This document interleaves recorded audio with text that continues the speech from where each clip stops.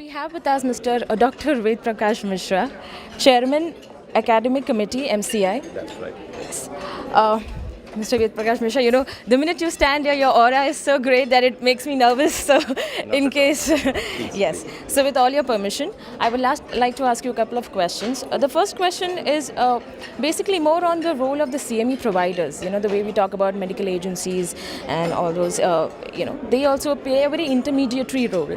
So, what do you think? What kind of role they can play when it comes to the CME CPT system in India? See, basically, let us be very clear on one count that continuing professional update is an inevitable necessity.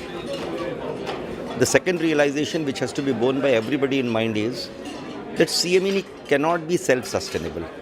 So, it will require resources, it will require sponsors, and it will require patronage. Where exactly this patronage is to come from? It cannot come from heaven and it cannot be germinating out of nothing. It has to be worked up and it has to be organized. But when we contemplate this organizing, we have to keep two things in mind very loud and clear. A, it's not resulting in any conflict of interest. And B, it's not resulting in any compromise of ethicality. So what is needed is professional update contemplates update of a registered medical practitioner in the domain of knowledge, in the domain of attitude, in the domain of skill, with all contemporary requirements being met with. Now, this cannot be done in a structured manner in an institutional format.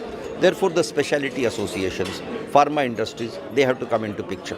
But then, because it is going to be a perpetual activity, an inevitable activity, and based on the premise that it cannot be self-sustaining, there has to be an ethical code of conduct which must be guiding this entire scenario. And that ethical code conduct mandates industries to be abiding by the ethical conduct, professional communities to be abiding by the ethical conduct, associations abiding by the ethical conduct, so that the purity of essence is maintained. And it does not end up in becoming a victim of the commercial aggrandizement on anybody's part. If we are able to maintain the sanctity, if we are able to maintain the sanctity of the certification, including if we are in a position to ensure accreditation of the various inputs which are required, I think there is absolutely no reason why we should be feeling jittery or questionable about it. The second question, because you've been talking about uniform accreditation, so, and we have seen that some initiatives that have been taken by the Maharashtra Medical Council on that front.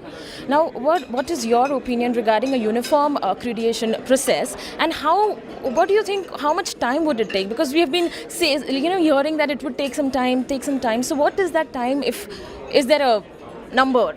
See, the question is, those who are determined, they don't wait for the right time to come.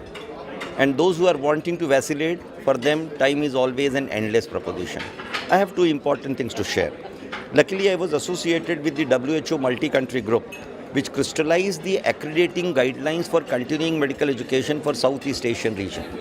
So, WHO study group has already come out with the guidelines which are expected to be applicable to Southeast Asian region countries, including India.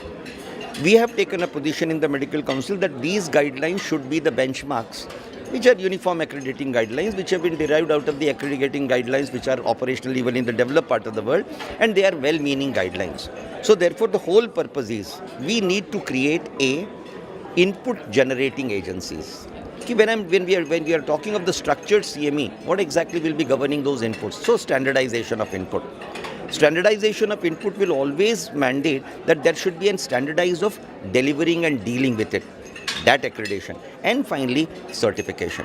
So depending upon these, the accrediting guidelines which have been prepared by the WHO, they have been picked up by the Medical Council of India, and we would like this to be invoked to the entire country, creating a mechanism for that particular purpose, and including we are wanting how exactly medical colleges as institutions, they also can be linked with the responsibility of continuing medical education, so that education per se and continuing medical education both are taken up by them. And as you also spoke about WHO, I would like to ask you one more question, because there are a lot of developing countries, who have accepted, CMEs like ACCME or EUCME, they are being accepted globally, but it's not been accepted in India. So what is your say on that? Basically, we have to understand the assets and limitations of it. When you are wanting psychomotor or skill update, no amount of website CMEs will be in a position to do it. So we need to demarcate. Whenever we are talking of update of the cognitive, that is knowledge domain, informational domain, and the domain of attitudinal disposition. These can be validated. But whenever we are contemplating update in the domain of skills, it will have to be real life situation. But this demarcation which the world has accepted, we have to accept it sooner or later. And if we do it in the right time, perhaps we will be doing great justice to our own self. And one last question before I hold you too long here. Is this initiative that we are saying, because you were a part last year as well and this year as well, I would like to ask you that what do you think about such game initiative that is being taken, and whether it is really going to impact the Indian ecosystem or the Indian CMA ecosystem? See, basically what you need is bringing various stakeholders and various policy and planners onto one platform. One thing which we really miss is we do not plan things holistically because we do not have that disposition of opportunities available. Game to me is one of the good platforms where you are bringing all the relevant people onto one stage, where we are in a position to take concerns, challenges, status of what has happened, what has been done, and what still needs to be done. A holistic view of that is possible, and therefore I always view this is a very good platform. And when there is an interaction which is taking place, out of that something subtle comes out. If not anything, at least all people who are here, the carry home message which they are able to carry them back. Believe me, my experience of these two conferences has been that at least I find myself enriched by participation, and when I get home, I find myself as a richer person than what I was before. So that's the gain, and believe me, I am a very optimistic man. Initiatives, if they are sincere, they are bound to impact. And game initiative, to my understanding, is a genuine initiative. Therefore, it is inevitably going to impact the decision making globally. Thank you so much, Doctor. So much.